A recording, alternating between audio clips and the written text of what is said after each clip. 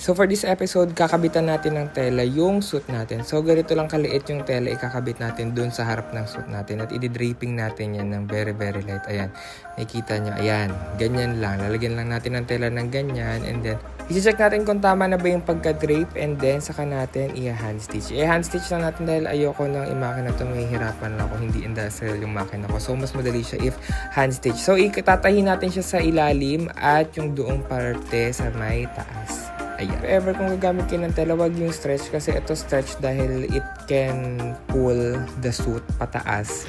Laps muna siya. And then, ayan, tapos na nating ikabit yung tela sa harap.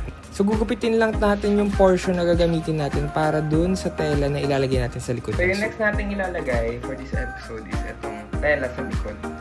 Which is parang, ito kunwari, bumakla siya dito. So, kukonect natin to dito. Pero, as in dito sa may dulo lang. Dahil may ikakabit tayo dito sa likod. And then, kakabit naman natin kabilang side dito para nakalaylay siya sa sahig. Yan, so nakakabit na yung tela sa likod. If ever kung nagtataka kayo, ang tawag ko dito sa telang to ay velvet. Velvet po yan. Medyo mahaba yung train, pero hindi ko pag sinuot ko to, sakto lang to hanggang sa head. Ito yan, ayan. Yan. Medyo mahaba yung train, pero manipis lang, which I love. So, meron na lang tayong one last na gagawin dito sa suit na to. Which is lalagyan natin ng soft tool dito. So, di ba nakikita nyo naka-cover tong tela dito sa part na to ng belt? Lalagyan din to ng soft tool na mataas. Pag ganon, na kulay black.